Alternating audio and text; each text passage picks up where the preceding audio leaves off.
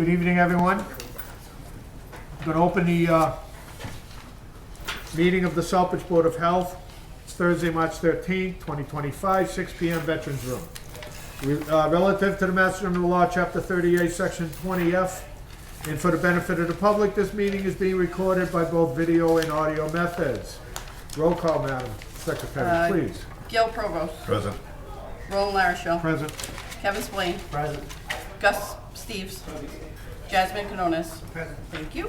Perfect. Thank you. All right. Consider, number 3, consider and accept the meeting minutes of January 9, 2025. Motion. Second. Any discussion, comments, concerns? Well, I did send in a quick summary of the section of questions that I asked that were not making. Speak up, Gus. So we can- I sent in a quick summary Okay. of the questions that I asked that were not recorded in the minutes originally. I did send them to both you and Patty. So. For January's or for February? We were talking to Steve Greg. So that would have been item number 6. Yeah. So we can,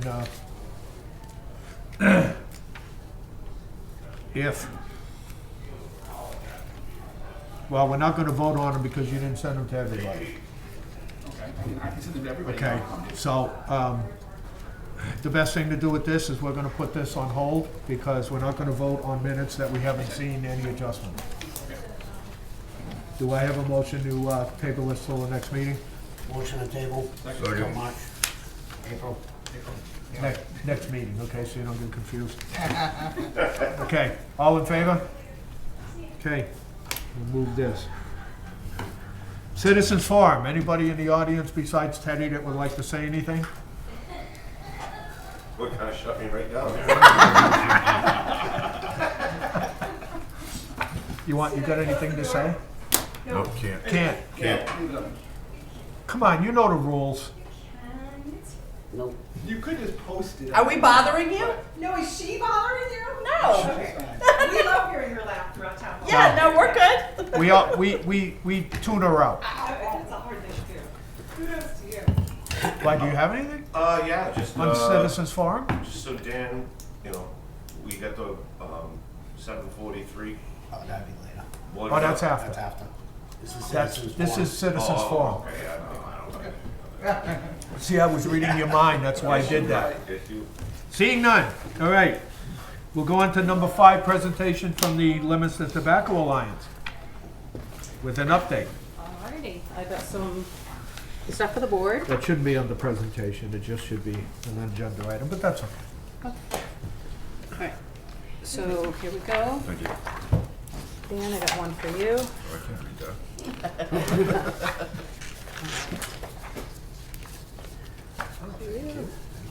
Wasn't kidding. So this is just, I have a one-page sheet that is the services that we offer the Alliance, and we change the sheet every year. And every year we email it at the beginning of the fiscal year to each Board of Health in our Alliance. And then we email, this is this year's FY25 education packet. And we email this to the boards before we start our annual retail inspections. We did do that at the beginning of this year. We had some new things regarding FDA requirements with vape. So we asked all the boards to take a look at this year's packet. We plan to deliver it, and then we had a little bit of a pause in Southbridge for starting our inspections so far this year. So we have till June 30th to complete. I'm sorry?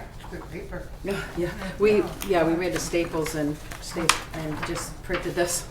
Because this goes out on letterhead. This usually goes out on letterhead.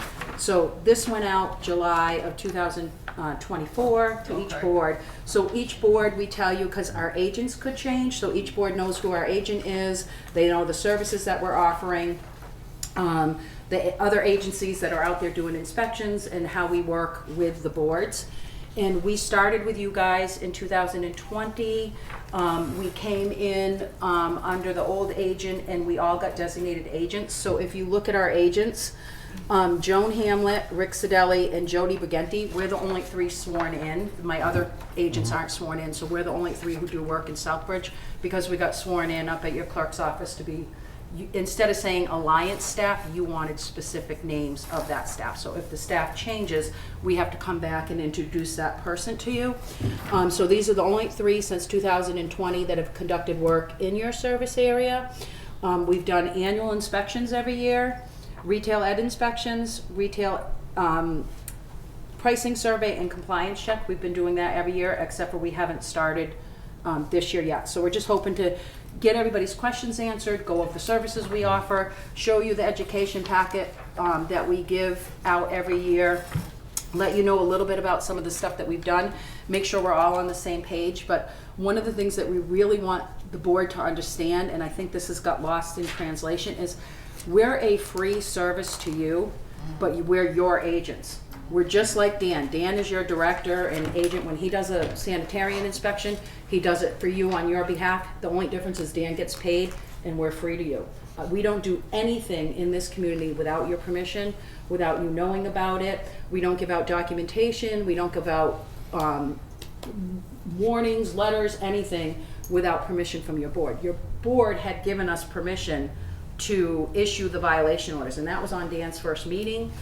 Because we did it one way under Andy, and then when Dan came aboard, it was Dan's first meeting, and we talked about, do you want us to continue to issue the violations? But when the violations are issued, we draft them, and the day that they go in the mail, we email them to the office. So the office gets them before any retailer would get them in the mail. So I just wanted to clear up, a few of the things that we do.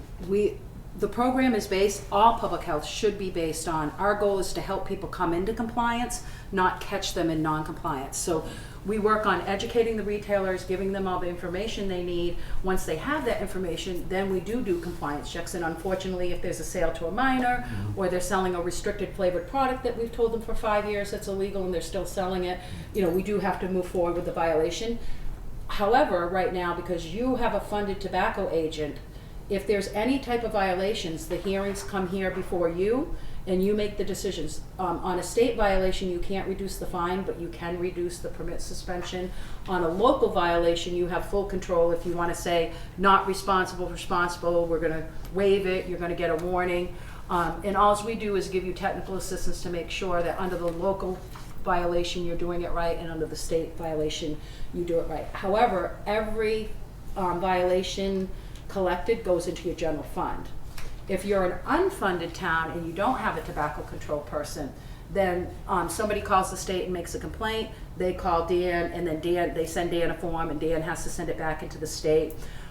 They have inspectors for unfunded towns. They don't do all the education, but they do the youth access check, and they check for flavor. If there's a violation, they send a template form and send it to you guys for you guys to send out.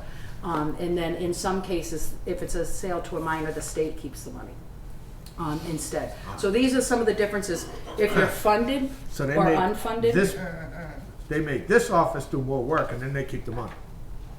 if you don't have me, if you don't want the free service of me. Right now, what happens Sounds is familiar. you guys signed on for services. Yep. However, due to COVID, the RFR got extended, so you're funded for services right now through June 30th of 2028. In the January of 2028, a new RFP will come out, and you would have to sign a letter to say that you want to participate. Right now, it's an extension, so it's just an extension of services, but the services are, you have to be funded with us, you have to agree to the retail ed visit and inspection and the youth access inspection, that's it. Anything else is whatever you want. You have to let us do at least those 2 inspections. And we only have, out of 46 boards, we only have 2 where we do the violation orders and send them to them, and they send them out and sign them, but they still want us tracking, did they pay in 21 days? If they didn't pay, we bring them in for the payment hearing. We still do a lot of the post-enforcement work. Everybody else has us just like you guys. We sign it, send it to you, make sure you guys know about it.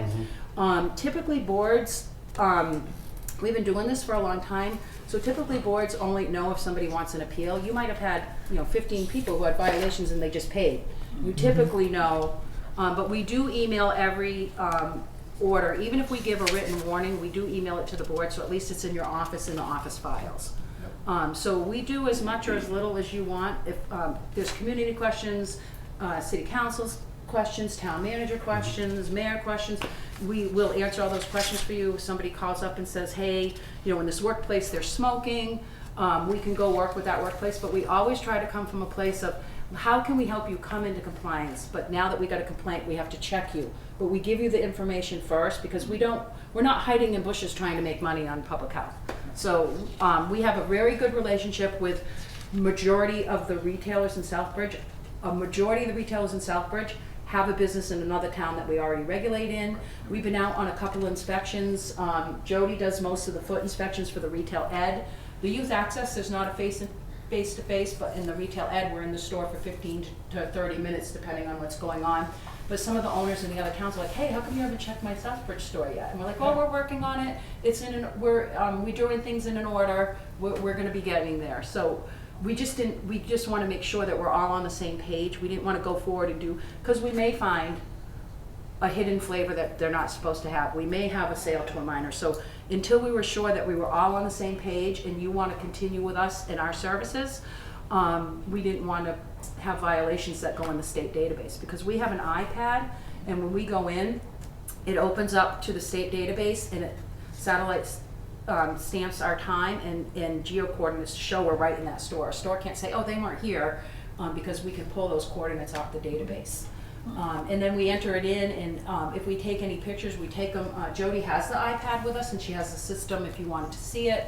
But we would take a photo, and the photo uploads right in, and the photo gets time stamped and tracked as well, that it's obviously a photo taken in the store, and everything else. But for the most part, we have a really good relationship. We identified several language equity issues with people, and we were able to get information for them in their language using Google Docs and Google Translate.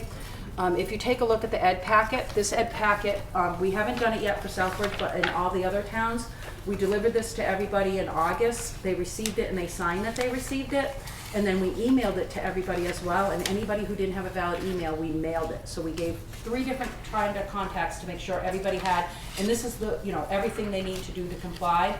And the cover page puts it in multiple different languages that says if you have a language issue, because we might have owners and they don't have a language issue, but their staff does. So this way we can get the information to their staff in their language. We'll do one-on-one training. That happened with A&M Deli, who's since closed.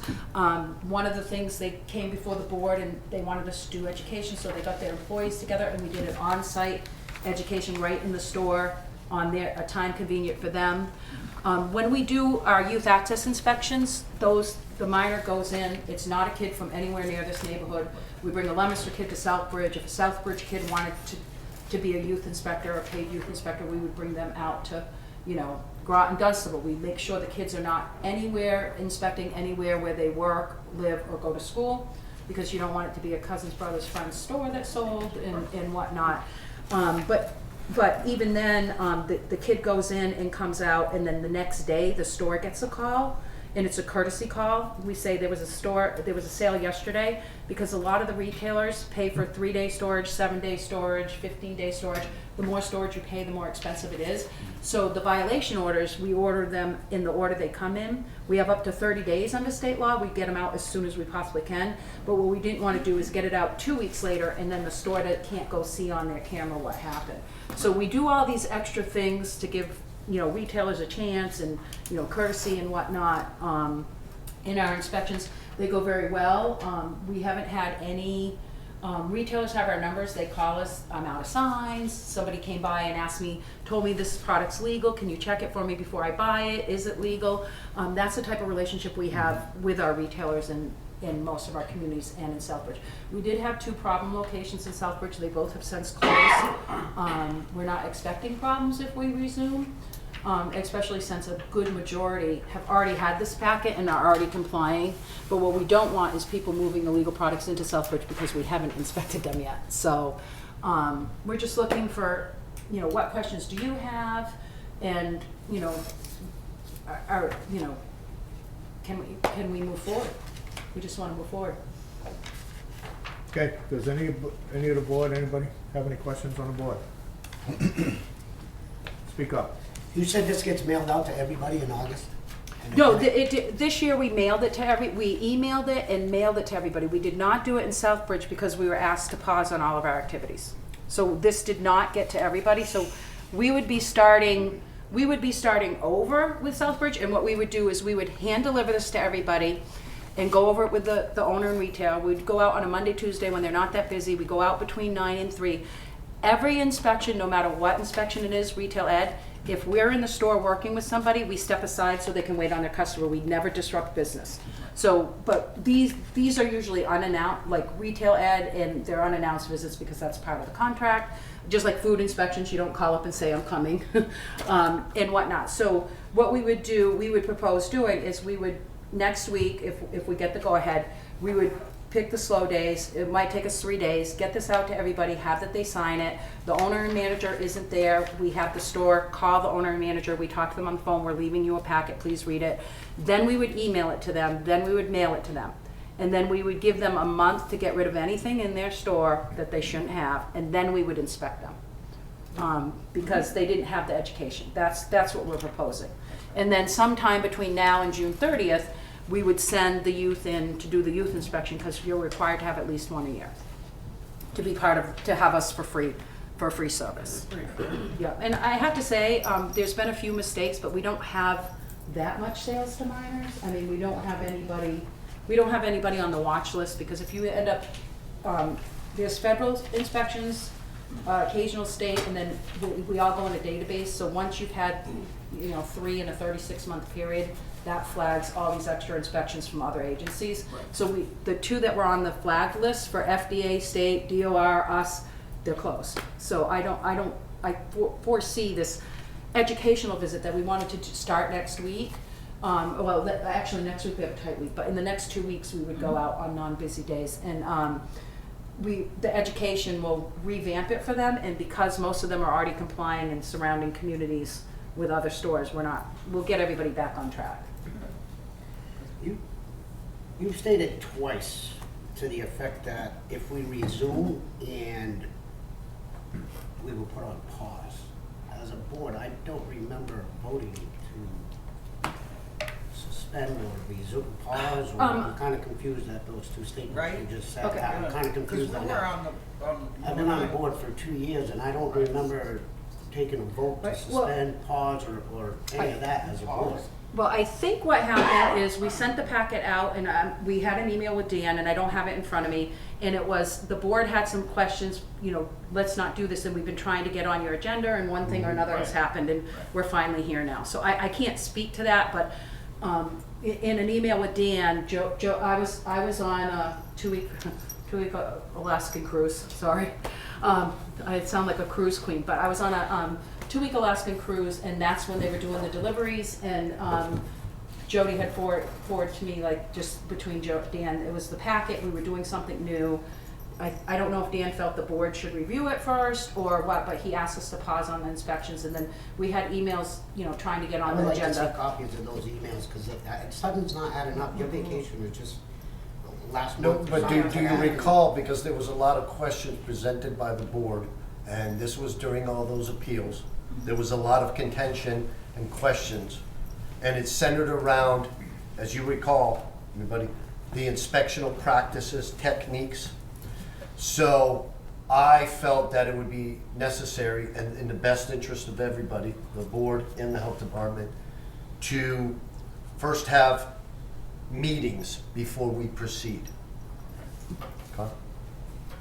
So that lapse of time was what, Joan, maybe a few months? Well, When's the last time you were back in town?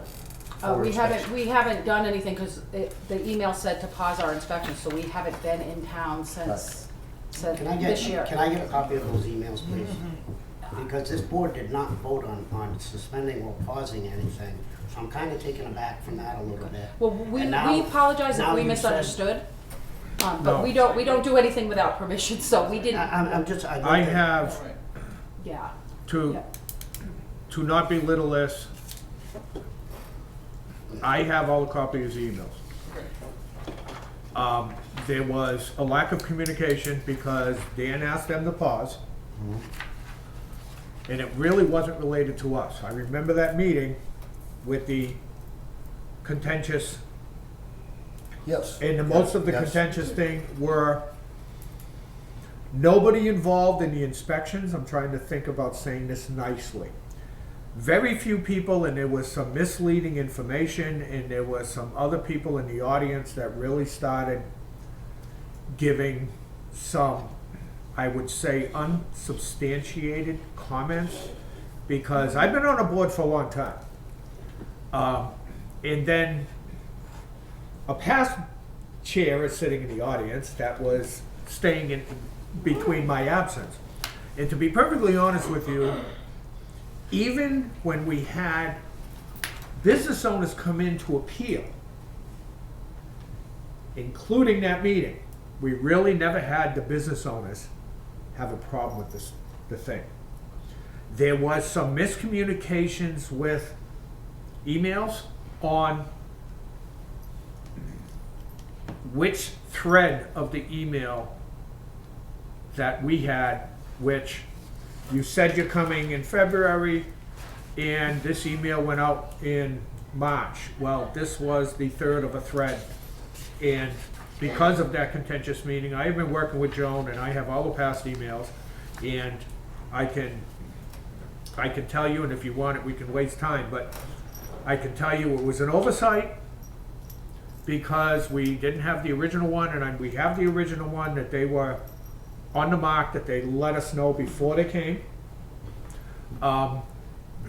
And the unfortunate thing is until I saw the emails, and then I reached out and communicated with Joan, Yeah. because I was really never pushed that they wanted to come. Contentious meeting? Absolutely. Why? It wasn't from the people that were appealing, Right. okay? I'd like to ask you one thing though. Okay. Can I just make one comment before you Yes. ask me? I wasn't present here, and so I'm not privy to all that, and I did want to say, before we move on to your question, there was, Does that I help you? emailed Dan a couple of times, once I got back from vacation, about getting on the agenda, and there was one proposed agenda time that we were already on, 2 other town agendas, one at 5 and one at 7, and then said, okay, how about the next meeting? And then it was like, oh, our agenda's full, and then one thing led to another, and then, here I am. So I don't necessarily, we did ask to get on the agenda, and I do want to say, we do work for 46 communities. We have a lot of issues, a lot of non-compliance, a lot of stuff that comes up. We do have a waiting list of 11 towns that want to join the alliance, but we want Southbridge to have their spot. So we don't, and I don't know if going backwards, I mean, I'll give you whatever information you need or whatever emails we need, but what we were hoping to do today is mostly go, I can't speak to why, but, some towns have like an agent, and we work directly with the board, and we don't work through the agent. You have a director. So, if a director says pause, we pause, and then we can get busy. So, between Dan, maybe getting lost in the shuffle, the emails or whatever, but I do know that there was at least one meeting in the fall. Dan said the board might be meeting. I can see if we can get you on the agenda, and it was a meeting I wasn't able to make, but from that point on, I can't speak to why it took so long for us to get on your agenda, but I'm, willing to move forward. Yeah. Are you done for now? I do have other questions, but I'll yield to Gus for now, but I do have some other questions as far as your process and everything, different things I've heard from retailers, and I just wanna Okay. get it cleared and get the proper answer for it from whether it's a rumor, I'm it's here true, to it's answer not. any question you have, I'll let so we Gus- can- I'll let Gus go for right now. Yeah, I just had a couple of quick questions. As I recall them, obviously having not seen the hearings, recently on video, I recall that some of the issues that we had were timing of the notices to us. About when you had hit store X. Oh, that's right. And yeah. then we got them, sometimes they weren't date stamped. And things That's like right, that. So that's it wasn't clear on when, I mean, you would come in and say it, Right. but it wasn't clear when it went from us to them, to the recipient, and the dates weren't meshed. Yeah, and Kevin wanted for us to, remember Kevin? That was one of the things I wanted Yeah, to bring yeah, up.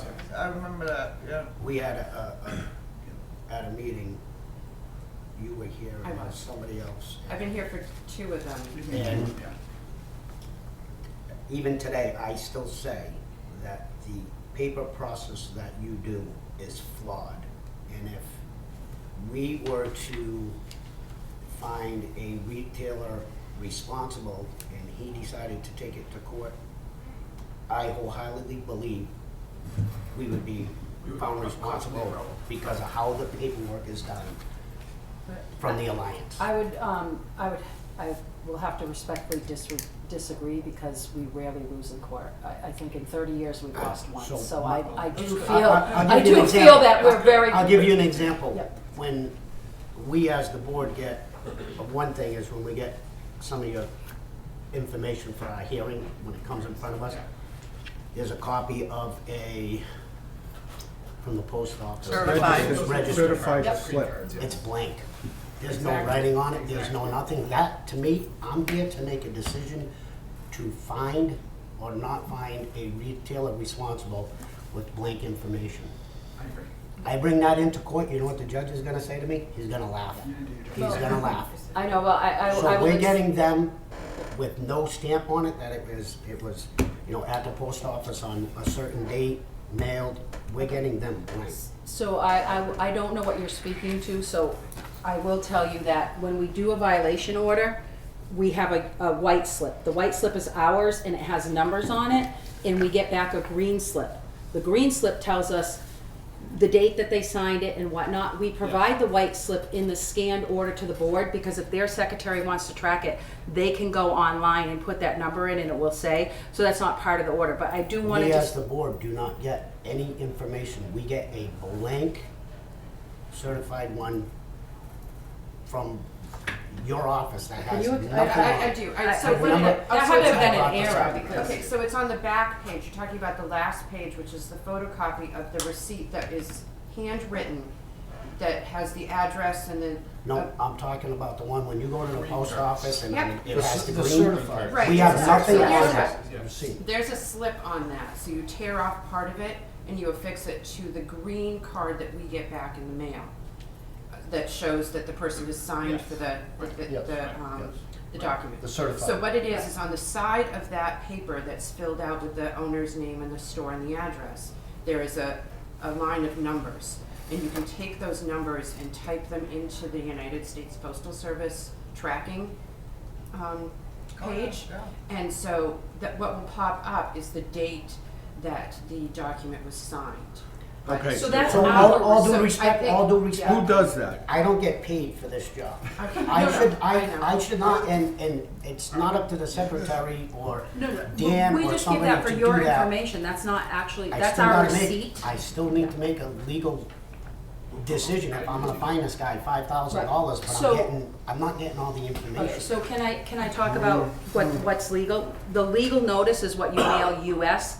If you mail it certified, that's considered a courtesy. So the certified mail, we don't need a certified signed receipt that they received it. If you mail a order to somebody and it doesn't come back to you US mail, the courts view that you received it. So we do both as an extra courtesy. And then when we come to your hearing, we have that green card with us, or we look up those numbers, because 50% of the time the green card doesn't come back, and we're looking up those numbers to tell you they signed for it on the 12th. So that is just that's when we mail that to the violator, they don't get that white sheet. We give it to you as a courtesy to show you we sent it out certified, and those tracking numbers are Okay. attached to that order. So that's just for you housekeeping. That has nothing to do with what decision you make at a hearing on that. But we'll make note of that, and what we'll do is we'll make sure that we attach for you the green card. If you have a hearing, the green card that shows, and if there's no green card, we punch in the number and we print out from the post office and it tells the time when they served it. Served it. I think that would solve one big issue, One because big that issue, was a 'cause big issue. The biggest issue that comes up from that now is everything as far as how I understand your process, and maybe the way the town does it, the town does it as well, is everything's on a timeline. Yeah. You signed for this on such and such a date, you have X amount of days to come back. Yes. Well, when we're sitting in this meeting, we don't know when they signed for it, You have but we appeal. can see when they put in their appeal.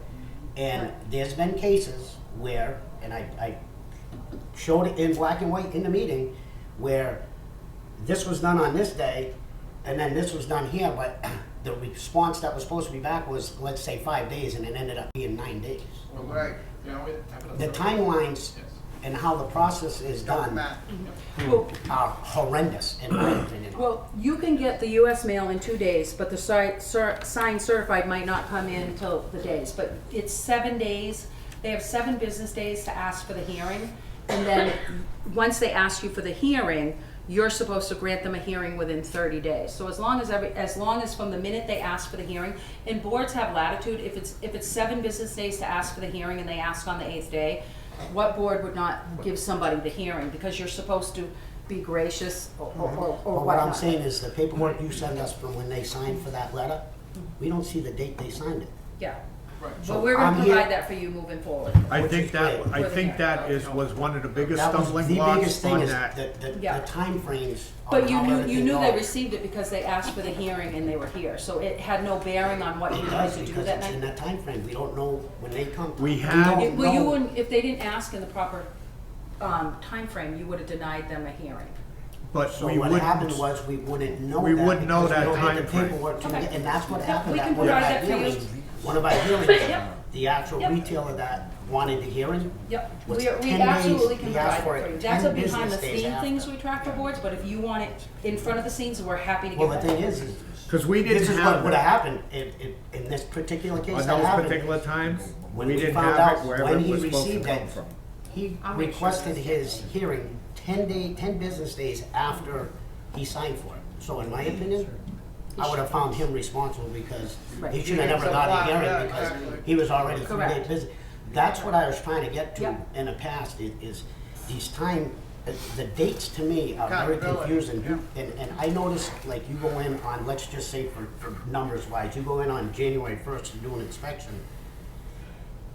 There was times it was 10 days before you even sent out the violation. Yes. To me, I mean, me as a business owner, I don't want my business waiting that long to inform somebody. To me, Well, I can, That's asinine. I I can mean, 10 explain that, days. I can explain that to you, because the law allows us 30 days to issue the violation from violation. So 10 days is actually very timely in a order.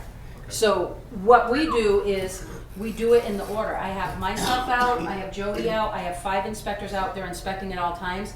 In the date and the order that they happen, we process them one at a time. It's very timely to dot all the i's, cross all the t's for every single order. So if it took us 10 days, it's because there was other violations ahead of that violation. So we do them in the order and date by date that they happen. So we can sometimes get them done the next day, and other times we can get them done 3 weeks later. As long as they're done by day 30, they're still legally to be processed. And that's just, any judge in any court considers 30 days reasonable to notify somebody of their regs. But in the state law violations, which is sales to minor and flavor, there is no limit. You could theoretically issue them 6 months later. But we do all of ours by the 30 days because that's what is considered viewed by a clerk magistrate, a judge, a court process in 30 days. Now, if we were your only agent and you were my only town, there'd be no reason for it to be 10 days. But this is a service we provide for you, so you guys have a choice to have your agent put them out in a timely manner, or we can do them for you in the order that we receive them. That would be your choice. That makes sense. So, Yeah, so, Okay. I So mean, what you we- just we said- do, we do try to get out as soon as possible. the state law on selling to a minor is one thing, right? You just said that. Regardless of whether you do it, we have our own person do it, whatever. They gotta follow these same rules. So, in the mindset of the state, if somebody was violated because they're selling flavor or selling to minors, that the state didn't have anything on there of a time frame? The state law does not have a time frame. Your local, like, the Wow. non-criminal disposition has a Yeah. time frame. When you go before a judge, and you have to have a good reason why, if you violated on January 1st and I did not write you the order till the 30th, I have to, in public health, you have to have a good reason why it took so long to write that order. So 30 days is the standard, but the actual state tobacco law. That's what I'm saying. It Yes. surprises me that they didn't step up and say, here's the timeline. They don't, it just says violation order and there's no timeline in it. So I don't know if that was a And that's what mistake. gets me, because Yeah. they But send we out the process orders them and give them in- 5 days to reply. In 30 days. Right. We consider unreasonable if it's not processed in 30 days, and we would Yes, ask your okay. board to view that as a processing error and reduce it to a warning. Right. If it's not done in 30 Yeah, days. the emphasis should be on the time to correct, right? Yeah, Right. sure. Like, as Kevin said, you have 5 days after service, legal service, right? And that's So- where we Yeah. had Right, a, well, that's what we're getting at, that's right? where the miscommunication of, And- because we never got that. We never received a black and white, this is their receival date. Right. Okay. So, which made it difficult. I will tell you this, your office receive them the day we mail them. Your office receives them the day we mail them, but you could have somebody who doesn't ask, and we had A&M Deli. A&M Deli asked for a payment plan, and I said, I can't authorize that, that has to be something through the board. So they went to Dan, and Dan said, I'm working it out with him, and he served his permit suspension. And then all of a sudden, a couple of months later, he was on here for a hearing, and I'm like, I wasn't here for it, and that was one of the contentious ones. And I sent an email saying, he already took responsibility and served the permit suspension. And it's way past the time. How can he be before your board? But I wasn't here, and that was one of the parts that I wasn't here. Dan said that he asked for it, he's on, and we didn't have any explanation or couldn't understand that. So theoretically, he didn't pay, but he served the permit So- suspension. So it also serves with a language barrier. He had come into the office a number of times, but he never had this request written. Is that the gentleman that didn't show up that night? No. Oh, he no, did, he he didn't. did This show was- up. One He night, did he had show one up. night. Josh No, because Chisnick. he was found, Josh, we that's right. didn't deal it because he didn't show up. So this guy had already served The permit suspension. a suspension. So he took responsibility for it, and he Well, asked that's for what a I'm saying. payment plan. He admitted that he messed up and he accepted his mistake. And then later, he came in front of this board to ask. I'll So it tell was a you, mis- it I'll was tell a you, to be mistake. honest with It was an you, appeal hearing. Yeah. I will It tell was not at you, all what he was actually even looking for. well, first of all, this is And he the was found not first, responsible, but he already served the 30 I days would have- suspension. We thought it was an appeal hearing, it wasn't at all. Yeah, it was, there was confusion that's there, and I right, wasn't that's present to right. straighten it out, so we chalked Well, that one up as an error. it's not you, After that. Yeah. but this is the first time I heard that this guy already had these other behind the scenes issues. Because I know, like, speaking for myself, I did not know that he already had his hearing. But he I didn't mean, have, he already he served took his, responsibility. he already served the suspension. Because if he already served the suspension, there was no way in this God's green earth that I would have voted to find him not responsible, because he's already admitted. He told us he was he's gonna pay in responsible. payments to the board, and then he Which he didn't never pay. did. So what it should have Never been did. is a non-payment hearing. And we never knew I never knew he was But making payments. this is a problem location that had an owner who had so many violations and was in trouble with every agency that he sold it to the manager who became the owner. But we never verified if it was a legit sale or it was just. It was very convoluted. Yeah, it was I very agree with you. convoluted, because if somebody sells it, we make sure that they transferred their business permit, they have to reopen a new business corporation, they have to transfer their lottery machine into Yeah. the new lottery. You can't just go, okay, I have a $5,000 violation, I'm gonna sell it to my cousin now for $1,000. So there was a whole convoluted going on, and then the manager who ran it, the manager who was there the whole time became the owner who continued to have violations. But And it's none- closed, so it's good. Nonetheless, that's right, Yeah. it closed right after that meeting. So slippery, so slippery. Yeah, I don't feel like we're gonna have problems in Southbridge. I No. feel like the problems have closed themselves, and now. Yeah, well, Hopefully. it was But, Joe, can I ask you, in the process of all of these appeals, I think what I got out of it is the level of animosity from these retailers towards the distributors. Meaning, there was that level where they were really confused and upset with the fact that the distributors were providing them with flavored tobacco that shouldn't be sold in Massachusetts anyhow. Yet these I remember distributors that. That's are right. in That's right. Massachusetts That's right. delivering these products, That's right. and they feel that We and stopped that list. but outside of all of this, I think that was one of the issues that they were profoundly We upset talked with. about that for a while. Right, and so what happened, and in the scope of things, they received this product, and then enforcement comes and finds them with the supply of items that shouldn't be owned. That's right. And now they're confused because Okay, you're telling them it's not allowed, but yet the Okay, so- distributors are telling them. Okay, so I oh, want to yeah. be very clear on this one, Yep. and I don't want to seem like I'm the girl who has an answer for everything. We are very clear in our in-person education with every owner and manager. We have a sign sheet from 2020, 2021, 2022, 23, 24. We don't have one for FY25 yet for Southbridge. Every one of those owners and managers have signed that we reviewed with them. A distributor can come from anywhere. You don't know where they're coming from. You don't even know if they're licensed. We have documentation that you sign that tells you exactly what you can and can't sell. We're inspecting your store, you don't have it. We're inspecting your store, you don't have it. We're now inspecting it, you have it, and they suddenly go, oh, my distributor told me I could have it. Who's your distributor? Cormac. Well, Cormac is publicly traded and they don't sell flavored products.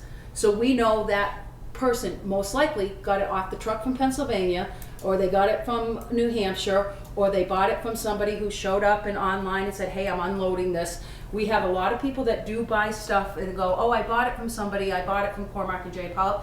Cormac and J. Polyp are the two biggest suppliers, and they provide a list of exactly what they sell and don't sell, and they're not, you know, but we can't get into an argument with a retailer who says, I bought this from J. Polyp. J. Polyp is not here to testify. They right. won't write a letter saying that they bought it. We tell them, if you bought it from J. Polyp, have them write us a letter. J. Polyp and Cormac will not write a letter. Of course But, not. but you can But get. let you- me ask you, because we had that, and then we had some other people that weren't part of the people that were filing the appeal. Right. If you were the owner and you had a new kid working and a delivery was made, and they came in and found out that some flavored stuff or non-appropriate stuff was delivered, We have a process. but not, still in the back row. Leave it there. They don't put it on the shelf, they don't open the box. I'm calling the damn guy now and I'm gonna have him come pick it up. Do they get whacked for that?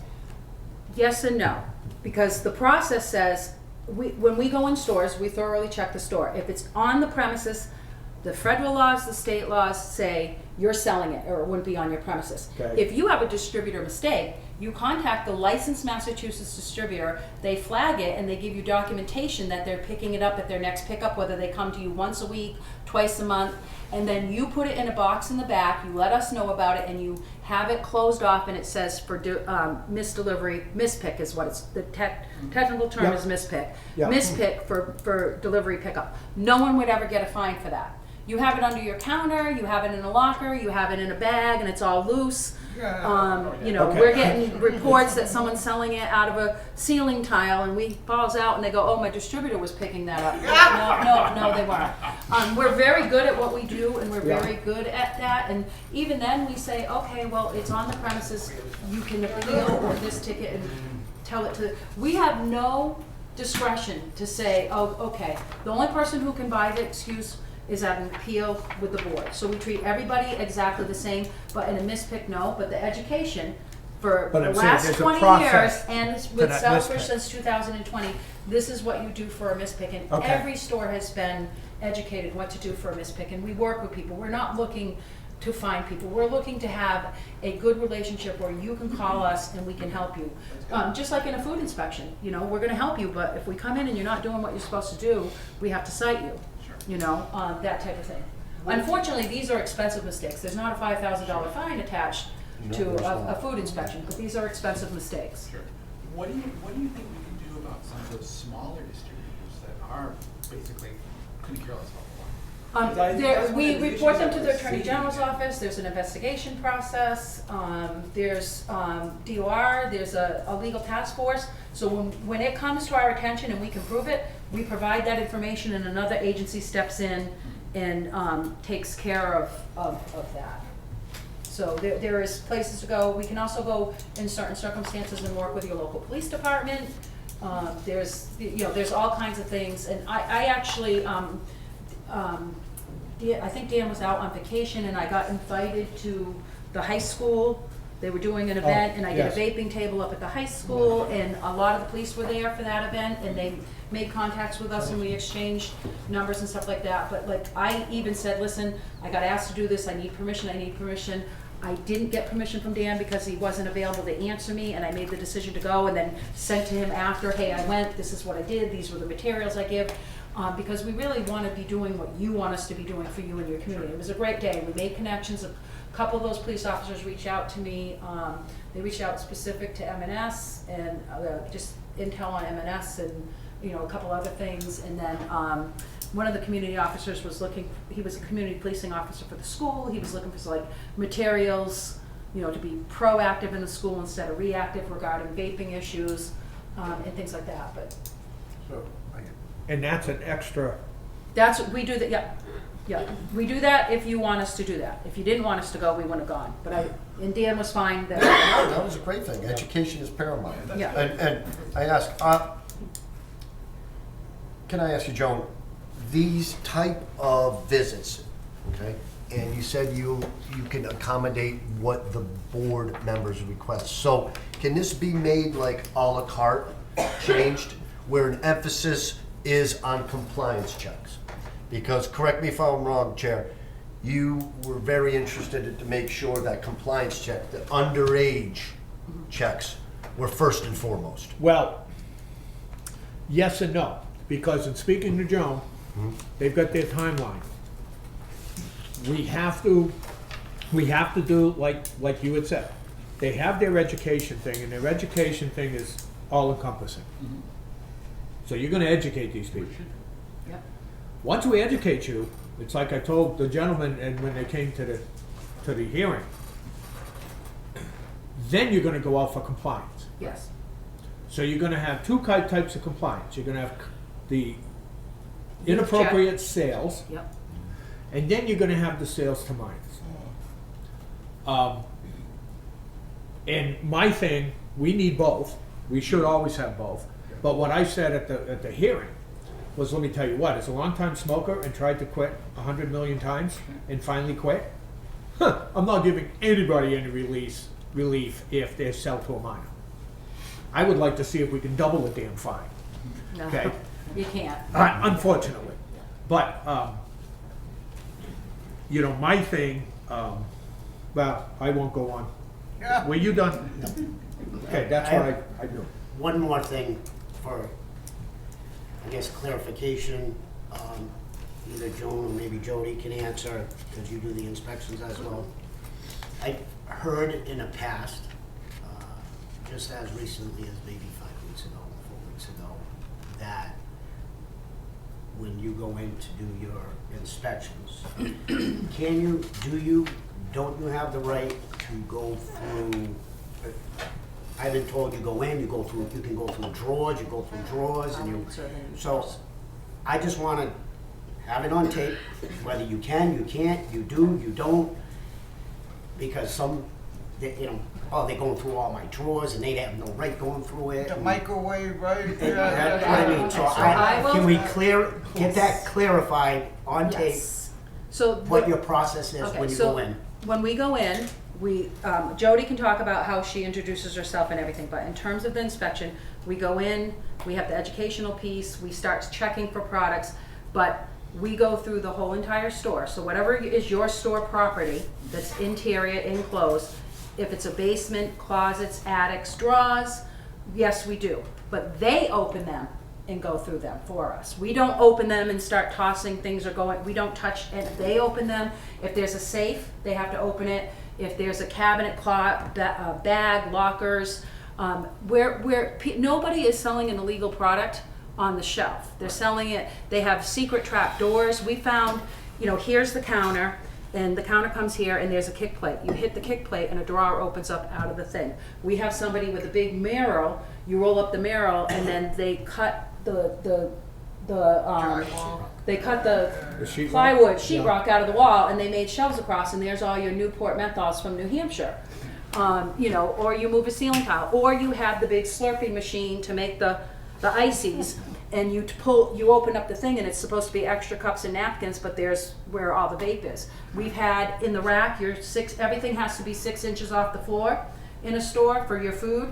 So they put the kick plate for the dust bunnies, but when we see breaks in the kick plate, they open up like this, and you reach under, and we're pulling out vapes. So, we go into the store, We generally inspect. If there's a store of complaint where someone gave us intel, we're much more specific. But there's, you know, these inspections, Jody can speak more to her approach. We come in, they all know that the authority is to the whole entire building. So do we toss their stuff and open up? No, they open it. Like a And raid. if the clerk has a customer or the store is busy, we say, okay, can you call your manager or call the owner, or whatever, or we'll call another inspector and we will wait. We do not make a customer wait or anything else. But most of these stores have 2 people on, a few have 1. A lot of the people that have 1, it's very small. Most of these stores don't have big storage areas.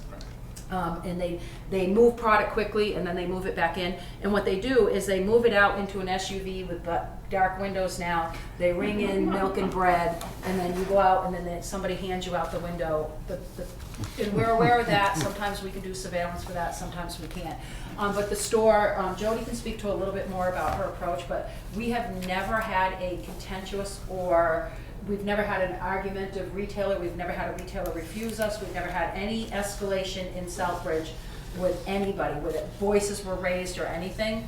You know, I know you asked me, do we toss the store? I will tell you this, we cannot speak for federal inspectors, and we know DOR is not as friendly. DOR does not care if you have a customer waiting, and DOR goes through everything. So if somebody had that experience, I promise you it was not our agency. Thank you. But I don't know, Jody, did you have anything to add? No, I think you pretty much covered it, but I'm a retired teacher, so my piece is education. I don't want to have a retailer in a situation where they're going to get one of these fines, because they are expensive fines. So the more they know, I'm an NBC commercial, but the more they know, you know, these won't happen. These won't happen. That's the way it should be. Absolutely. I do have one more question. You good? Are you done? The one question I had that I noticed came up at least one of the hearings was the concern about the fact that one of you, I don't remember which one it was that was doing the testifying, was not the person who did the statement. Good. And to me, that strikes me as a situation of legally fraud, because we're taking testimony from somebody who was not actually The third there. party, yeah. That's hearsay. That's hearsay. So if it was retail education, it was me. So I'm not sure if it was a youth compliance, a youth access. A sale to a No. minor. I don't remember exactly. No, what it was. we have It not. It was somebody else. We who have had not, actually it was a narrowed down. non-compliant, it was Some sort of non-compliance for selling for flavored products. flavored product, non-compliant, it wasn't selling to a minor. Yeah. Because that, I would have Yeah, fought exactly. tooth and nail Me that they're too, not me gonna too. get a waiver. Me too. It was non-compliant. Now, the inspector that wrote it up was not here for Exactly. the hearing It as might have been well. a re-inspection that was not done by you. I can't recall what one it There was. was somebody else with you. Yeah, because we Oh, have, that was Rick. I think it was right. Yeah, so it 'cause was- this That was a Okay. few years ago. If Yeah. it was Yeah. it was last like fall or something. yeah. It was a while ago. So It wasn't I too have long. per diem It wasn't inspectors too that have long. other jobs, so they can't always come. But when you go to court for a speeding ticket, it's never the officer who gave you the Right. ticket. When you go to. It's a representative If you have a of you. hearings office or whatever, it's never, you know, if you're a city or a town with a hearing officer, it's never the person who did the inspection, it's the hearing officer. It works the same. If that's your preference, we will move mountains to make sure that person is here at the hearing. If we can't come to that meeting, you can postpone the hearing. But if you have to give the hearings in 30 days of the request. But if both parties agree to postpone the hearing to the next time, if that's critical to you, we'll make sure the person is there. It's very rare we can't get the person here that did it, but it does happen at times. If that's important to this office to make us move forward, we'll make it happen. Joe, do you know when the last time we did a youth access inspection? Can you look it Off up? the top of your head? Yeah, it's overdue. That's what It's I was definitely, gonna it's ask. way Are you overdue. overdue on that? Yeah, I think it was in because we paused it. I think What's it- the minimum required, how many of those youth access? We're required by to law? do, it depends. Southbridge has been picked every year because we were just at a statewide meeting and there's 35 identified people with the worst smoking rates and most poor health outcomes. Southbridge is one of the towns. 7 of my towns are on that list. So Okay. they're gonna be putting extra money into these communities, and that extra money is gonna be cessation services and more education and things like that. We do, so Southbridge is always selected for the sign-our check and a regular check, so we do 2 a year. And then if somebody sells, we keep inspecting them until they don't sell. And if you have a concern about a retailer or want an extra check and we have the funds, we can do an extra check by board request. And if somebody calls and says, my son, I found cigarettes in my son's bag, or I found vape in my son's bag, and he says he buys them at Joe Blow's store, you can call us and we can do it at spot inspection at a store of complaint or concern.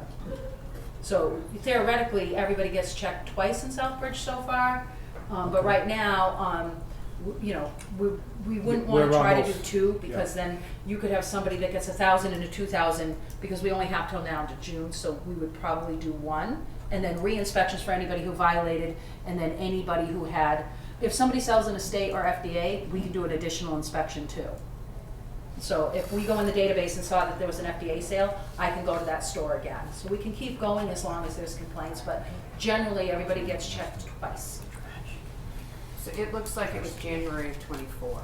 Okay, so we're not too With the bad. compliance We're overdue checks. for the retail then. So No, we're not. Retail isn't due until, Okay, so Okay, January. so we're close. We're getting there? And your education, like going out, I think, like that, whatever first thing they had going on at the school, when you went up and set a table, I think that was absolutely fabulous. So that's good. With other communities, what other kind of events have you gone to for type of things like that? Or do you see that the biggest bang for your buck was to hit the school? Well, we hit for the school, but we've had Chamber of Commerce ask us to come and talk directly to retailers, so they have like a meeting and all the retailers are there, so we can do a presentation to everybody at once from multiple different communities. So we've done education for Chamber of Commerce. We have had boards ask us to do presentations to the city council or selectmen, just to talk about tobacco control and what we do. We've had boards ask us to meet with small groups. Sometimes we've met Okay. with parent groups to help parents identify. They find something that looks like a USB port, they don't know what it is, or they find clothing that have pouches in it, so the kids can put the vape in and just vape down their shirt. So we've done presentations like that. Oh, yeah, getting old. Sometimes there's, this one happened to be like a school event, and it was Yep. Chris Herron project. Yeah, With some- so Yes. that was actually part of our substance committee, actually, Yeah. on that board. Yeah, so somehow along the line, we got For the invited. town, that's actually But- for the town. Some towns have town health fairs, some schools have health fairs, some schools have invited us on open house day, just to have a parent table. There, we're not, we're trying to help parents identify, how to identify these products that they might never seen before and what they are, and explain the dangers of them. And then we Okay. have, if youth come by the table, we have stuff to make them start thinking about, hey, maybe I shouldn't be putting this in my body. So it depends on the audience, we change what Okay. we're bringing, but we do I have, would just, it was just my wheels turning about how other avenues we can get this information yeah, out. we've had retailers ask for a merchant ed, so instead of doing it in the store, you could give us a room and we can invite all the merchants to come and walk through everything with everybody as a group as well. You do Okay. any videos you can send to people? Videos, we probably do, we probably do. I You bet make they- a I bet note, they run. he's looking for I videos. was wondering. I Education thought our videos, cable- we do, cable access I can from thing. the mass Yeah. clearinghouse, and, there's youth component, there's a couple of really good ones. There's a really good video, and it's a short 9-minute video, and it tells how vape exploded, and whatnot, so, yep. Okay. You're good? You're good? I guess one small question. How many merchants do you actually deal with in this? We have 46 in this town? How many do we have in Southbridge? I believe there's 20, there used to be 22. There used to be 22, so we have But I can 20, check- but we double have, check. I think we have 470 and 475 retailers in 46 communities. So we're big, Busy. yeah. Got anything? You're good? Okay. I think that's all the questions that I had. And you were historically doing the two, prior to being stopped, you were doing the two inspections per year for Southbridge. Two youth access compliance checks, one, where we give out the annual retail, and then one retail visit. Yep. And then there was a pricing survey. The pricing survey is still a condition of their local tobacco permit, but the state took that pricing survey over, so we don't do the pricing survey. Okay. Yeah. And that's a DOR thing. You do the pricing survey, we put it in the database, and it triggers if DOR thinks they have to come out. And, yeah, so. So what, I'm just curious, what exactly is that?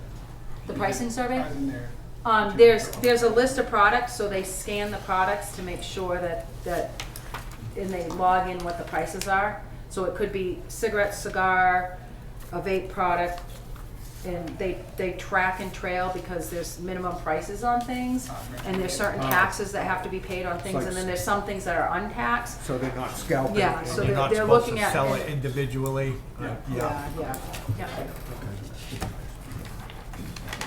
All right. That gave me a help. I'm gonna leave a couple lot more. extra packets, so if you have any new retailer that shows up, you'll be able to give a Thank you. packet. And And it's then- 20 retailers. Okay, inside. 20? Oh, So it was 22. now it's yeah, 20. it's 20. Josh, there. Mr. Chair, point of information. I don't know if I'm jumping the gun, I don't know if you're gonna bring it up or not. First, Joe and Jody, thank you for coming. Do we need to take a vote to resume services with the Alliance or not, as a board? We have the alliance until the 30th, They're on but right they now, were put on hold, so I think it would behoove us to have a vote to raise that hold and have them continue with their, just to make the it. process, to that make makes it sense. Sure. accountability. Yeah. Everybody agree? Just start it up. Put it on the record. Okay, 28. so I'll entertain a motion that the alliance Can resume activity. resume their activities. Yes. Okay.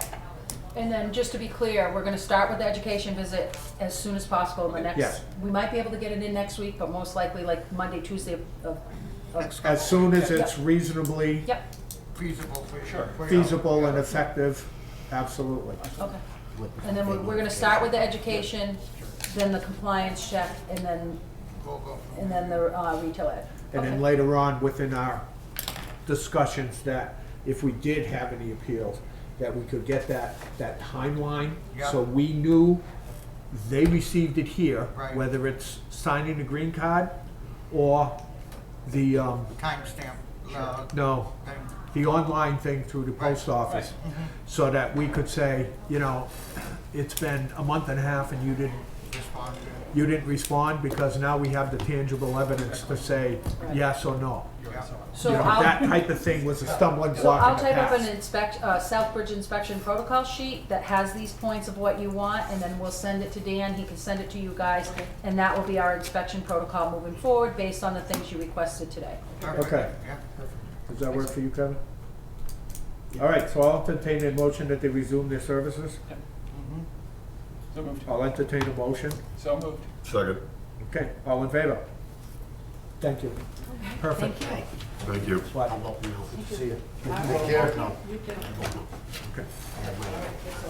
It's not that it's the state, I have a problem with the state, I can go across the line and I can't. They do a great job, don't get me wrong, but my problem's with the state. Well, Yeah, I know. But they let me tell you, there's not enough days in the thick and here to talk about the problems with the state. Yeah. What the hell is the newest thing she wants to do? She just wanted to tax something. no, they're removing the pricing survey. They're doing a, No, the is that governor. what the governor? Something, the governor wanted to tax something else. Yes. That's what Oh, she's focused on. no, you know what it is? Excise No. You know what it is? By 2026, all municipalities shall be, all municipal vehicles, Oh, including yes, I ambulances and saw fire that. trucks, Yes. are supposed to go electric. If Really? you replace a vehicle, Yes. it's gotta be It's gotta be electric electric? by the state. Yeah, that's such ridiculous. That became a huge issue. Yeah, fire trucks are gonna anyway. State radio station. She should concern herself with the out-of-control spending and the migrant It's gonna run crisis, out of juice which like cost, right in the which middle cost of the highway. taxpayers $2 billion. Pump If it. it I will doesn't, tell we you. try to power it. I'm just saying, this is the ridiculous stuff coming out, so. It is. Hopefully, if the state issues with the smoking is a minor one, so Yes. that we can overcome. Okay. God, yes. All right, so that takes care of that one. All right, sorry, lost track. So now we go to Director's Report, which he already handed us out, and he started letter A. Yeah, a lot of flu. Oh, yes, with the infectious diseases and the incidence rates. Yes, thank you, Chair. Most notable here is the influenza, which has increased, and that was, well, presumed. Last time I reported the case numbers to the board last month, the number of cases was 138, and now reflects 164 influenza. On the positive, coronavirus, last month reported was 39, this month 9 cases. So that has been reduced. Okay? TB went down by one. Yes, From those the are last active one. cases that are still reported, okay? If I was to look at this, you could see an infection of norovirus, a new disease that has been identified, 2 cases, okay? And we know that infection presents acute gastroenteritis associated with person to person. It is highly contagious. I would piggyback on what Joan said. A lot of people are traveling in jets, in boats, and it usually comes out with the more prevalence rates and the prevalent rates of incidence associated with the traveling. So these 2 cases, yet they've been confirmed. I can't elaborate on them, but I believe it's can be associated with travel.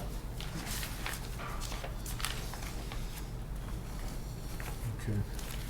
In addition, we thank you, Gus, for sending information, and thank you, Chair, about measles, that the cases are spiking across around the U.S. They're having measles parties too. Yeah, well, vaccination rates have dropped Yes. significantly throughout. And So, unfortunately, that one I sent out that came, it's been identified in Rhode Island. They did not specifically mention anything in Mass yet, Well, but the we're state in Rhode report Island. you sent out said it hasn't been in Mass. Yeah, it's not crazy though. No, it's Yeah. not, fortunately. I mean, it mostly seems to be concentrated basically in Texas right now. It is. But probably That's all other right. places, so. But it's good, that educational movement and is gonna emphasize the need for clinical staff, ranging from doctors, nurses, and hospitals, to take action and be very cognizant Right. that it's could be in a geographic area. Right. around it. But there are pockets around the U.S., if you look from Texas onwards, Yeah. where there's outbreaks. I sent the stuff from Rhode Island. Some larger than others. No, that's next door. Yeah, How long does a measles vaccine last? There's no booster rate unless, Yeah. yeah. It's one and done. It's one and I done. wasn't Yeah. sure, 'cause I know Wait, some then of we the- have- It really is. But as you can see around the world too, there's so many unvaccinated I know. people in comparison to here. But we still have individuals And I that think are they not. just reduced the age on children to start Yeah. getting it because of this. Well, I know the state report said 90% of the cases were unvaccinated. Yep. You're right, it hits children especially hard, as you know, so there's the challenge. But it's something that Health Department is aware of and will definitely be very diligent in monitoring that. Okay? I'm assuming you're in contact with the schools just in case. Yeah, yeah. And again, we have not heard anything. Right, good. Okay? So may that remain. That's one- Right. So moving on to the blight update, I'd like to report that 743 Main Street has been boarded up. Thank you to our building commissioner and his due diligence on that project. What remains is just a cleaning. What- Inside Job well cleaning. done. We did, it. I did, it's very Inside thorough. cleaning, right? No, Yep. we got some yard Okay, stuff to clean up, but this is a big step. yeah, this is, it'll keep everybody out. We got the homeless gentleman off the porch, who said he was the caretaker, so. Not kidding. Well, since nobody else is caring for the building. Didn't think you were kidding. Huh? Didn't think you were No, kidding. no, can't make it up. And I'm sure you told him he wasn't doing a good job. Yes, it did. I'm sure you did. So on the positive, that is close to being resolved, with the exception of the cleaning. You have received the new list in which Ted and Mike gave me their input and their list. That's added to our blank list, identified on their building department. I can also report we had a very good meeting today. Myself, Ted, Patty, Attorney Caprera, Attorney Iris that works for the treasurer, Michelle, and we discussed blight and these properties that are not only being targeted by the building department or the health department for non-compliance and blight control, but also factors such as non-payment of taxes and water and sewer bills. So we merged a lot of information in order to identify that. There's a lot of commonalities, but it was a good chance for all of us to discuss and have a pathway forward where we could do some of the things in tandem in order to get compliance and get results. So I think it was very productive and beneficial for the entire process. We discussed a lot of good topics and variables. And with that said, we hope to meet again. So, if that's all I have in blight. Union Street. If you could elaborate. Union Street, the contractors are in there now. They started yesterday, removing all the debris. So hopefully by Monday or Tuesday, it'll be all cleaned up. The holes will be filled, and sewer line and water lines will all be cut.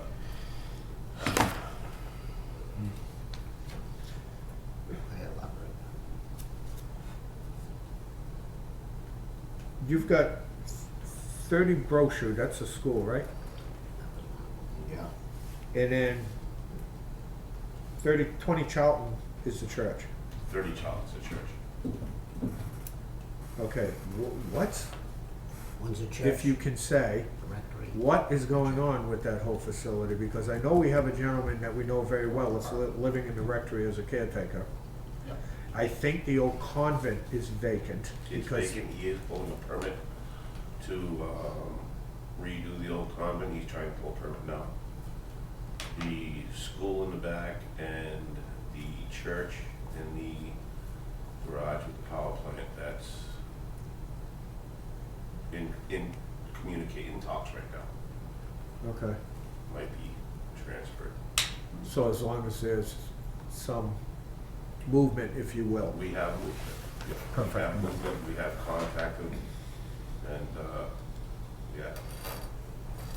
So he's looking to renovate, is he gonna renovate the rectory too? Is he looking to do that, or just He's start do- with the convent? He started with the convent. The rectory has rented out, so. Okay, Is this the same one that came to like top about a year and a half ago? Yep. yeah, I went to school there, so, my alma mater. If I may, Dan, Teddy, can you give us an update as far as how it stands with the brownfield, brownstone, brown river thing at Mill Street? How do we stand with that property as far as We did the discuss, demo? Mill Street in our meeting today. I do have the okay to, I'm gonna have the pile tested, the part we took down. The test facility that I use, it strongly believes there's no asbestos there. So, Okay. in that case, we would be able to get in there and start cleaning it up. But we did state today that it is, it's gonna have to be removed sooner rather than later because the tower is actually breaking free from the rest of the structure. So that is on our plan. We're trying to review now what it's gonna cost. I gotta get some estimates on how much it's gonna cost to remove the rest of the structure, at least get it on the ground. The brownfield grant that they have, unfortunately, we're in limbo right now because of our, upper government issues. So that's in limbo right now. Some of the funds have been frozen. Unless it was already approved, those funds are, they're done. So we got activity going, so that's good. Yeah, but we do have activity and we're gonna work together. Is there any response from the ownership of the property? No, he actually didn't even show up to court. So, and his partner, his partner's attorney already basically said, you know, we're gonna walk away, give it to the town. So, we're in the middle of doing what we need to do. The attorney did say that hopefully, if everything goes accordingly, within the next couple of weeks, we should have the building, we should own it. But we're waiting on confirmation. Sure. But like I said today, you And know, and we discussed it, it's a safety issue, it's got. How far would that ownership go? Of the, owning the building? Owning the building, well, that we're gonna have another meeting on. We're not sure what to do. Is it the same owner that goes all the way down to Green Meadows? All Yeah, that? all that. It all goes to there. Including Green Meadows? No, No, stops at okay. Green Meadows. They have Okay. one, they share one common wall. Yeah. that we Okay. have to cut and then remove. All right. But, we did discuss certain aspects that we have to kind of get a little clarity on, whether the town keeps the property, we turn it into green space, because if we sell it, we have to go through this huge rigmarole right now. We're gonna get it appraised by an appraiser, we have to get a real estate agent. It's not like it used to be. Right. All those laws change, so we're gonna meet all of us together again, and we're gonna go over what our future plan is. If the pile, as far as I'm concerned, if the pile tests clean, we need to get a machine in there and start separating the issues, and get a rock crusher down there to crush up that brick, and we can use it to fill. Right. And fill the hole. Right. It cuts down the cost for us, and then we can turn the metal in and try and recover some of the cost of the dump. And then we have the rest of the structure, we can start folding it on itself, so. That's the plan, that's the idea. How about the fingers in the back that come out where there is some occupancies? Yep, that's not connected, it's all. So those are gonna still stay separate those will stay separate, occupancies? yep. I was just wondering, as far as the point of the owner doesn't wanna do anything, we're gonna lose businesses. No, we're gonna try. They're gonna still stay? We're Okay. also gonna try and keep the roads open, we're gonna have to do it in sections. Yeah, The other big concern is the tunnel, so yeah. we have to, and, you know, my thought was, hey, let's kill two birds with one stone. We'll close off the end of the tunnel, make it a homeless shelter, stick them all at the bottom. Throw some park benches down there, they can sleep on I those. was just gonna say something, but we're on camera. Don't put mine for Oh, damn. See what you started? But yeah, we Many have, of many plans. I think, you know, the way we're working together now, the communication and everything that's going on, I think it's going in a positive direction. We're gonna start doing some pretty big accomplishments together, so. Right. Good.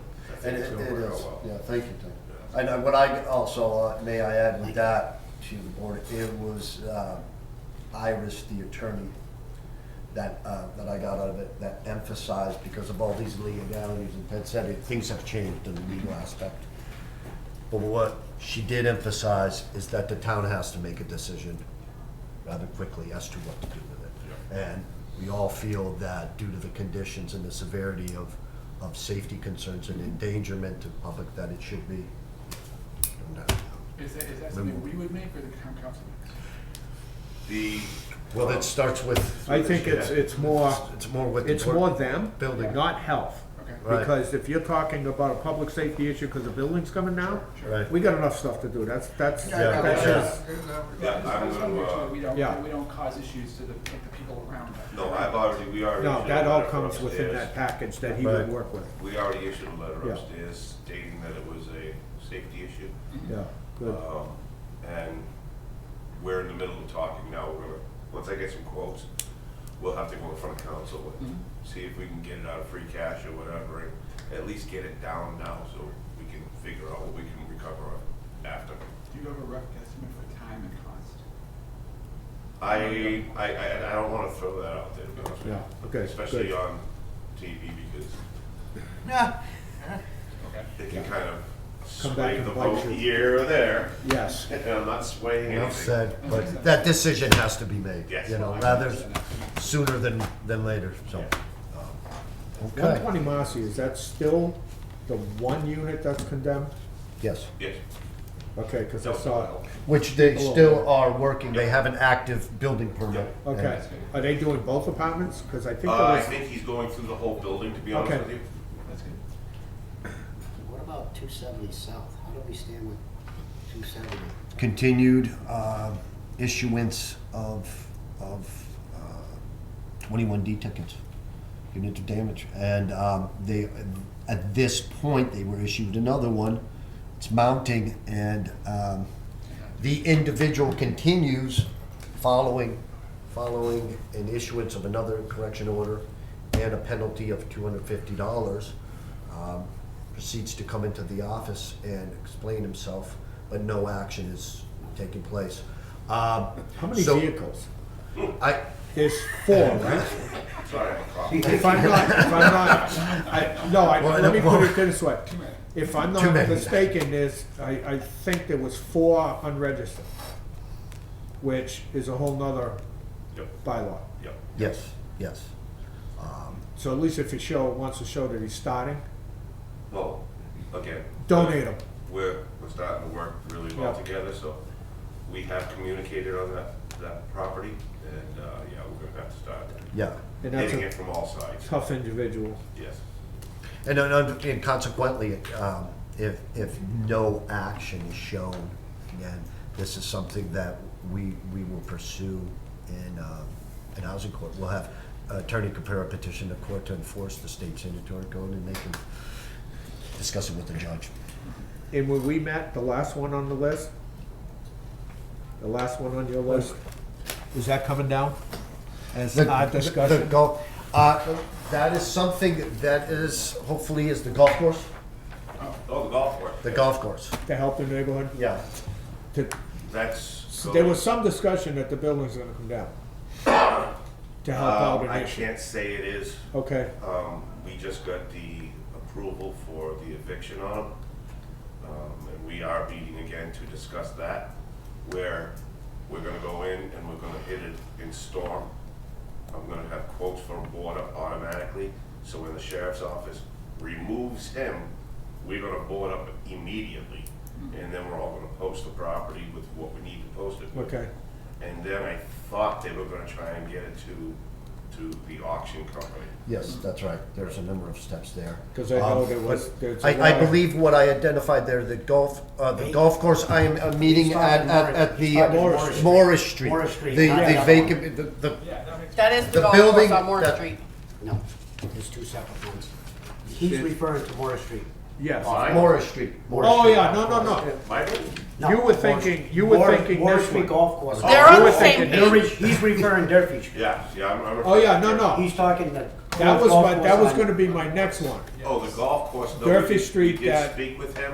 Okay, And he was supposed to get back to us in a couple of weeks. thank you. He was 'cause that's- leaving town. Yeah, thank you. I could see his. Yeah. He was leaving, he left town, and he said he was coming back in two to 3 weeks. And he was talking to his partner about removing the structure. He has no problem removing it. We did state to him that, it was in rough shape.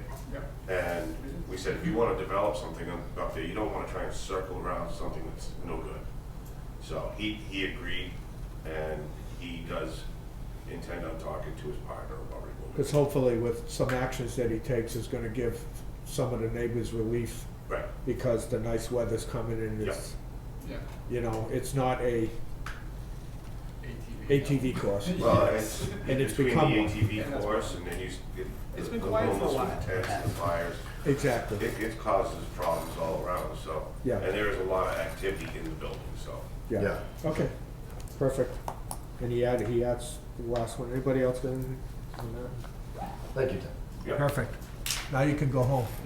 Thanks, Ted. Watch the wife's car.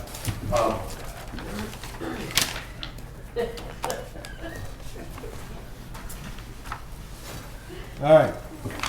That takes that, done.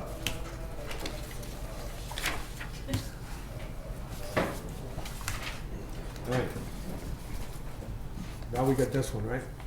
Yeah, as you can see, please take a look. I mean, call it the quantitative data was assimilated through a number of reviews that Patty and I did.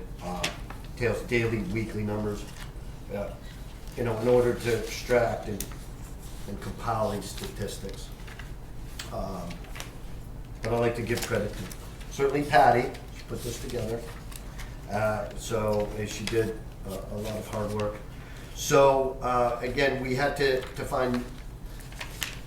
find these numbers in non-established processes of data accumulation that were never instituted. Moving forward, we have a better handle on it where we can apply certain measures to gather the data, spreadsheets, etc. But we were successful in obtaining that through numerous sources. And unfortunately, one of the challenges at the tail end of this that complicated things was the loss of our inspector. As I stated to the board, we had to maintain continuity through our efforts, and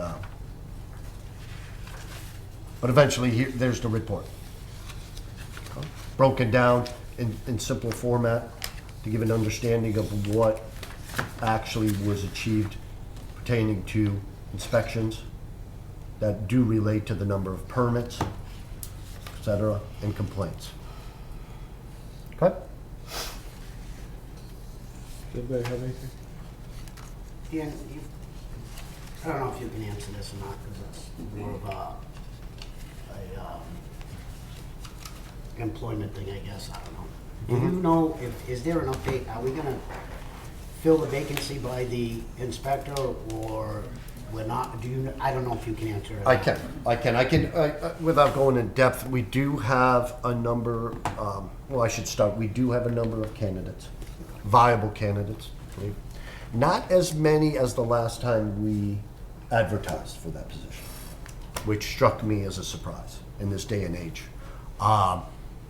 But yet we do have some that have applied through HR. HR has contacted us, Teddy and I, and we're waiting for next week to start the interview processes. We are eager to get someone in because we do need it. It's springtime is a busy time, come septic season, and etc. So yes, we are eager to have that void filled and getting a person in That's there. a big position. The It is, posting it is is. coming down tomorrow. Yep. The posting is coming down tomorrow. Okay. But the reason why I ask is, my thing is, as far as the sanitation side, like you said, construction season's here, as far as I'm concerned, we're gonna have septics going in and. Well, we do, and may I add, it becomes a busy time of year in regards to nuisances, because when you have the winter ending, you have that winter thaw, which usually generates more complaints, unfortunately, because things show up in yards and et cetera. So we will get an influx of more complaints. Many valid, so it's a busier time to Many address not those and get spring cleanup underway. So again, we're staying optimistic that we can have somebody in, I would say within a few weeks, contingent upon the individuals, but we are moving forward next week. We have to. That's good. Can I ask just something, rule of just a ballpark, on your food establishment, food service establishment? How many, roughly? You got 123 here. Has there been any chronic problem children out there? Problematic? I can That say, you've gone for several re-inspections and are on the verge of taking further Giving- action? giving them, because, in the past, we've had people come over here where we would have to issue them a penalty of closing down. Yeah. And things of that nature. And some of the things that were done in the past with pictures and stuff, actually would not only reinforce the inspections, but turn your stomach. And I was just wondering, how many of these, Can't make that up. no, you can't make it up. No. How many of these would we have a problem? I can honestly say, Chair, that we have minimal amount of individuals that are problematic. Meaning, the ones that are cited for violations are very reactive to Which I don't have a problem. implementing corrective actions. Very good, very good. And in all the years that I have been doing food safety, which is, food safety is really my emphasis, that's where the world I come from. I can honestly say this town has good and very good operators and very good food service establishments that are compliant. And Well, that's what we that want. is, so with that said, I think through education and enforcement, we have achieved very good levels of compliance. So kudos to, again, the operators and owners of these establishments. We have not, in 2024, I'm going on my thing, there's not been one establishment that had to be shut down, Very close, voluntary, closed. very close. Which but- you would have brought that here, right? Yes, Or of here. course, of course. But they And listened to that's- everything that they were told Well, to do, and they did it You all know like what, in 2 that's what days. inspection's about. Yeah, Here's yeah. the problem, fix it, we move on, have a But nice day. certainly, that I would tell the board, but what we do is, that's an immediate shutdown if necessary. There's an Oh, imminent yes. health. So If it's at that that bad. point, and then if there is no reactivity, or if there's needs to be an extended lag time for suspension, brought to the board. Many times through my experience, one day sends the message. But again, and there's many instances where individuals will do it voluntarily. Now, involuntarily, yes, the board will be involved and we'll move in that way. But we have not attained that, and hopefully we don't. So, again, Because through. I know I don't listen to Facebook because they don't substantiate their comments. No, no, But no. I will tell you, we've had the comments in the past, and he was adamant about the animals that are in it. And I still don't go to that food one. I go to another one out of town, and you know what? I see the owner over there quite often, because that's where he does interviews. And I say my piece, because that place is spotless. No. The one that out of town is spotless, and it seems like he's got a very big problem with the one here. Big time. That's like- All right. I do have a quick question. Under your communicable disease records, I'm just curious what you define vaccine preventable to cases of this. The one from Cheryl? Oh, excuse me.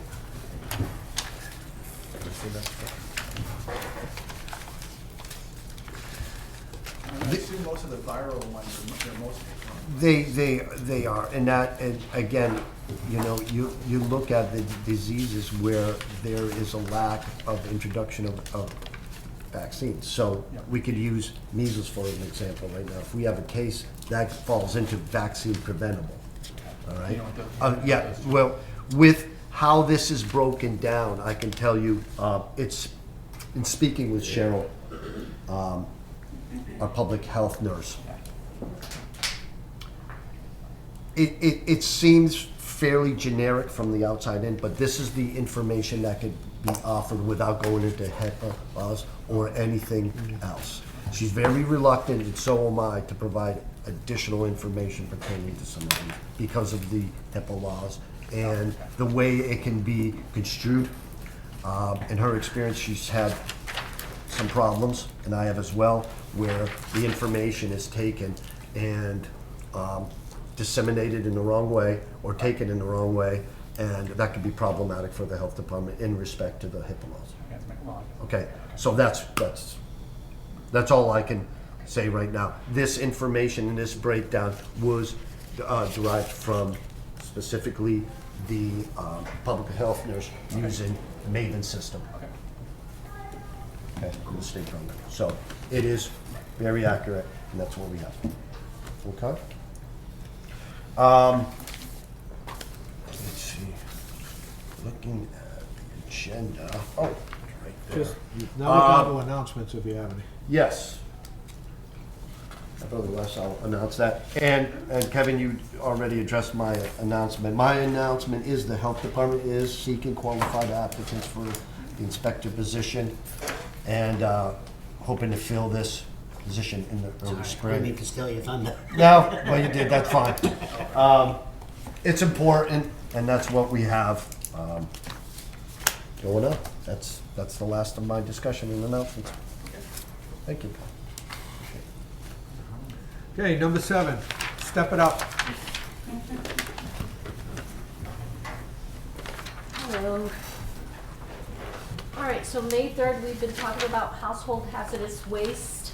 We haven't fully advertised for this event because I'm waiting for Republic Services, which is our chemical company, to provide us with a contract. The town manager has to review it and sign it. After that's all said and done and secured, then I will begin to fully advertise for it all over the place, through social media, on the town's website, the board outside, word of mouth flyers, all of that stuff.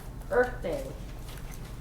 We're having Earth Day scheduled for Saturday, May 17th with a rain date of Sunday, May 18th from 8:30 to noon time. And the Kiva Center graciously offered to supply some water and fruits and vegetables for us. Graciously Some offered? snacks.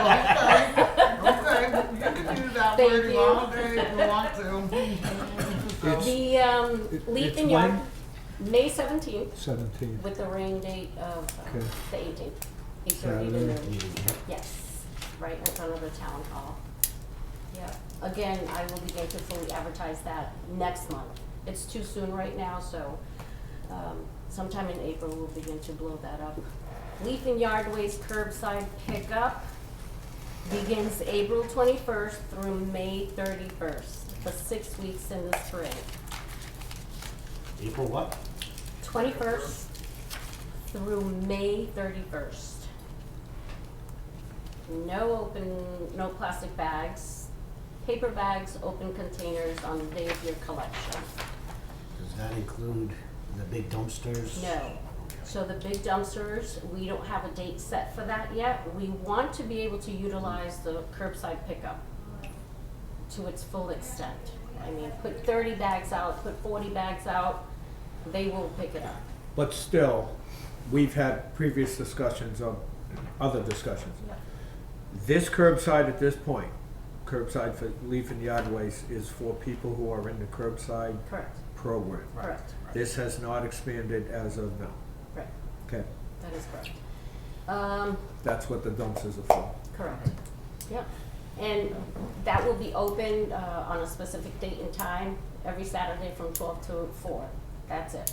It's not gonna be a free-for-all. It will be still located behind the gate Oh, like it was. at the DPW. But it'll be correct. open, it'll be accessible during the week when the DPW is open. Yes, Okay, yep, yep.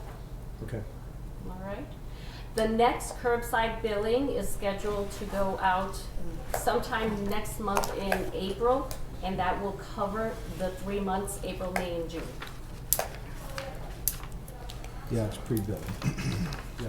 If folks don't get their bills, please call the office or call the collector's office, and they can look it up online. Okay. And I think that's it.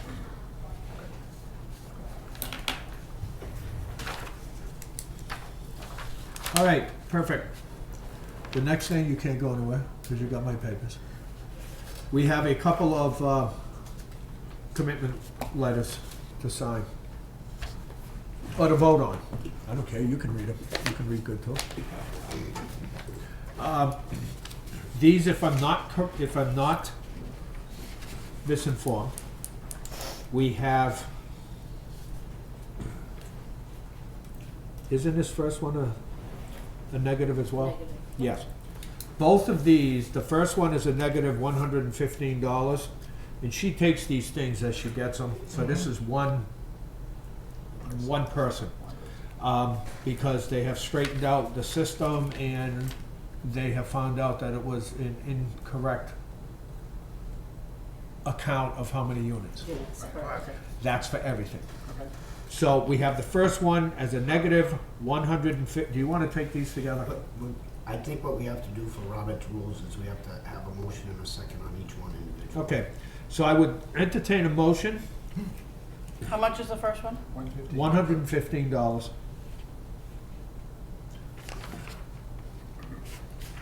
This is one transaction of the $115. I'll take a motion to accept this. Motion to accept. Second. No questions? All in favor? That one's done. The second one has 6 items. The total, and this is the same thing, it's all to qualify the amount of units. This is a negative $690. So moved. Se- We have a motion by Gus, second by Gil. Should I get it right this time? Well, good for you. No questions? All in favor? Okay, unanimous of those present. I'll sign these because you won't let me leave the building. All right, that's it for that one. Members, chairman, members forward. I got nothing. I got nothing, Chairman. Neither do I. Wow. Just a little information because, okay, you don't want to talk, I will. I put the information from MAHB on this new law that the governor signed. I sat with Dan for a while. We still have a ton of questions on this. Are we gonna get terrified because is the state gonna do like they did before, mandate and don't supply funding? Look at that. Okay, because they're good at that. And I do want to say, they are going to have, on this new law, they're going to have 2 training days, if anybody's interested. They're both on a Saturday. April 26th in Northampton and May 10th in Marlborough. The unfortunate thing, it's $100 per person, so I don't know if the